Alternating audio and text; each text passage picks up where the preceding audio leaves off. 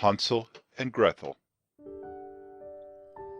Once upon a time there dwelt near a large wood a woodman with his wife and two children, a boy named Hansel and a girl named Gretel. The man was quite poor, the children's own mother was dead, and their stepmother did not care for them. Hard times came when there was no work for the man by which he could earn the means to buy bread. One night, after they had gone to bed, the boy and girl heard their father and mother talking. "What shall we do?" said the father. "How can we feed the children when we have not as much as two need to eat?" "We must get rid of the children," said the stepmother. "Let us take them to the thick part of the wood in the morning, and there make them a fire, and give each of them a small piece of bread. Then we will go to our work and leave them alone, so they will not find their way home, and we shall be freed from them." "No, wife," said he, "that I cannot do. How can you have the heart to leave the poor things in the wood, where the wild beasts will soon come and tear them to bits?" "Oh, you goose," said she, "then we must all four die for want of food." And she left him no peace till she made him yield. The boy and girl heard all this, for they had not gone to sleep as their parents thought they had. Gretel wept and said to Hansel, "Oh, what shall we do?" But Hansel told her not to cry, for he would look out for her. And as soon as the parents had gone to sleep, he got up, put on his coat, and crept out of doors. The moon was bright, and the small white stones which lay on the path in front of the house shone like pearls. Hansel went down on his knees and picked up a lot of them and put them in his pocket. Then he went back to Gretel and said, "Sleep in peace, dear sister. God will take care of us." The next day, as soon as the sun rose, the wife called the two children. "Come," she said, "you must get up at once. We have to go today to chop wood." Then she gave them each a piece of bread and said, "Here is something for your lunch. Don't eat it until it's time, for it is all you will get." Gretel took the bread, for Hansel's pockets were so full of stones there was no room in them for it, and so they set out on their way. As they went on, Hansel, each few steps, dropped one of the stones on the path. When they had gone far into the wood, the father told the children to pick up some wood for a fire, so they should not be cold. Hansel and Gretel picked up quite a large heap of twigs, and the wife set fire to them. As the flames burned high, she said, "Now lie down by the fire and rest, while we chop wood. When it's time to go home, I will call you." Hansel and Gretel sat down by the fire, and when it was noon, each ate a piece of the bread. They could hear a sound like blows of an axe, and thought their father must be near. But it was not an axe, just a branch which he had bound to a tree, so as to be blown to and fro by the wind. At last they fell asleep. When they woke up, it was quite dark, and Gretel began to cry. "How shall we get out of the wood?" But Hansel tried to comfort her by saying, "Wait a while till the moon comes up, and then we will find the way in a short time." The moon shone forth, and then Hansel took his sister's hand and traced his way by the stones he had dropped on the path. All night long they walked on, and as day broke they came to their father's house. They knocked at the door, and when the wife opened it and saw them, she cried out, "You bad children! Why did you sleep so long in the wood?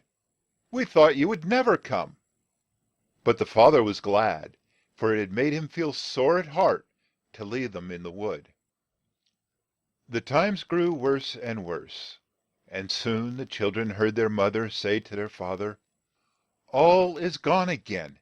We have but half a loaf left, and then we must starve. The children must go. We will take them deeper into the wood, so they may not find their way out this time. It's the only way we can escape death ourselves." But the man felt sad and thought it would be better to share the last crust with the children. But his wife would not give in to him, and in the end she had her way. The children heard all this as they lay awake in bed, and as soon as the man and his wife went to sleep, Hansel got up. He meant to pick up some more of the stones, but the wife had locked the door, and he could not get out. Still he tried to comfort Grethel, saying, "Do not cry. Sleep in peace. God will not forsake us." At sunrise the wife came and made them get up, and gave each a slice of bread which was smaller than the first piece. On the way Hansel broke his in his pocket, and now and then dropped a crumb in the path.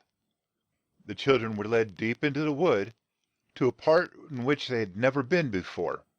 A big fire was made, and the wife said to them, "Sit down here and rest, and when you feel tired you can sleep for a while. We must chop wood, but in the evening, when we're through, we will come for you." When noon came, Grethel shared her bread with Hansel, who had strewn his on the path. Then they went to sleep. But evening came, and still they were left alone. In the dark night they woke up, and Hansel said to Grethel, "Only wait, Grethel, until the moon comes out. Then we shall see the crumbs of bread I have dropped, and they will show us the way home." The moon shone, and they got up, but they could see no crumbs, for the flock of birds that had flown about in the woods and fields had picked them all up. "We shall soon find the way," Hansel kept saying to Grethel. But they did not, and they walked the whole night long and the next day, and still they did not come out of the wood. They were weak for want of food, for they had nothing to eat but a few berries which they found on a bush. Soon they got too tired to drag themselves along, so they lay down at the foot of a tree and went to sleep. The third day since they left home came, and still they walked on. But they only got deeper in the wood, and Hansel saw that if help did not come soon, they must die. Just then they saw a snow-white bird that sat on a bough and sang a sweet song. It soon left off, spread its wings, and flew away. The children went after it till they came to a small house, on the roof of which the bird perched. When they went up close to it, they saw that the house was made of bread and cakes. This was a fine treat for the hungry boy and girl, and each broke off a piece of the house and began to eat. All at once an old woman opened the door and came out. The children were in such a fright that they let fall what they had in their hands. But the old woman said, "Ah, you dear children, what has brought you here? Come in and stop with me, and no harm will come to you." She took them both by the hand and led them into the house. There she gave them a fine meal of cakes and milk, fruit and nuts, and when they were through, put them to bed in a nice room with two small beds in it, in which the children lay down, and thought they were in heaven. The old woman was kind to them at first, but in truth she was a witch who caught children to eat them, and had built the bread house to serve as a trap for them. The next morning she came and looked at them as they slept, and mumbled to herself, "They will make a nice bite for me."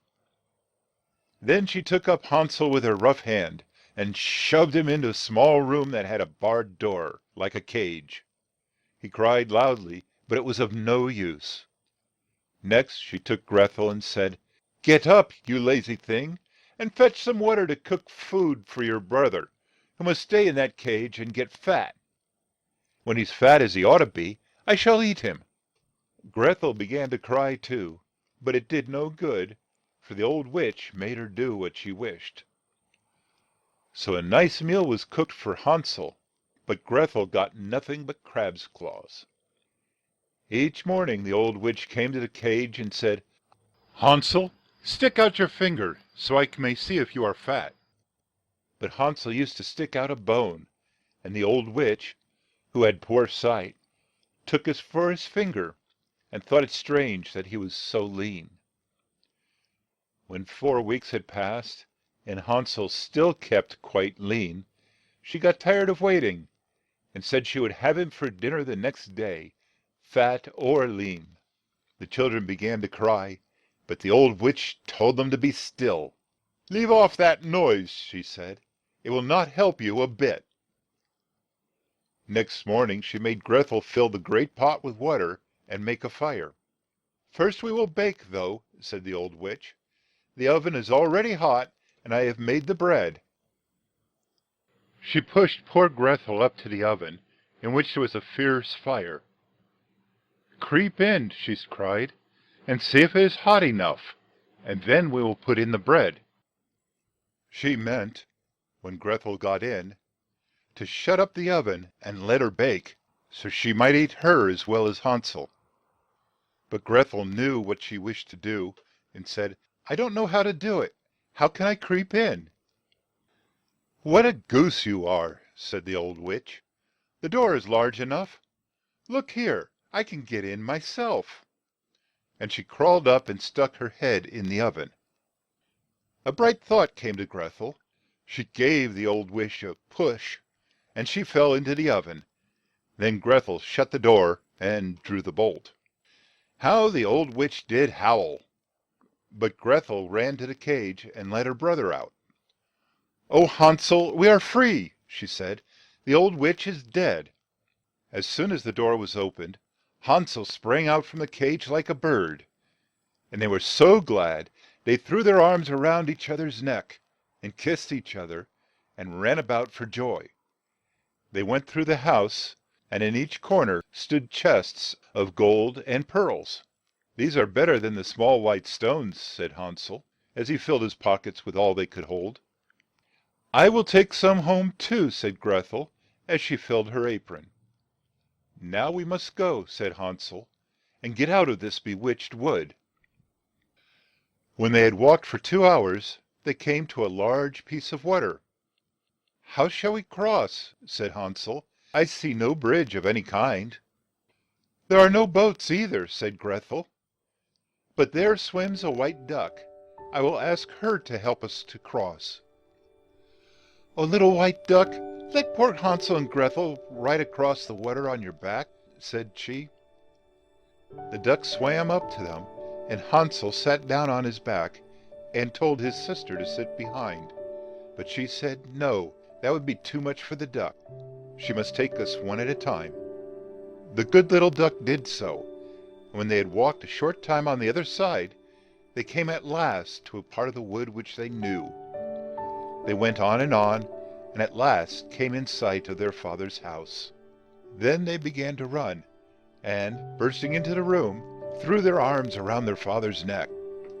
Poor man had not had one happy hour since he left his children in the wood, and after he had lost them, his wife had died too.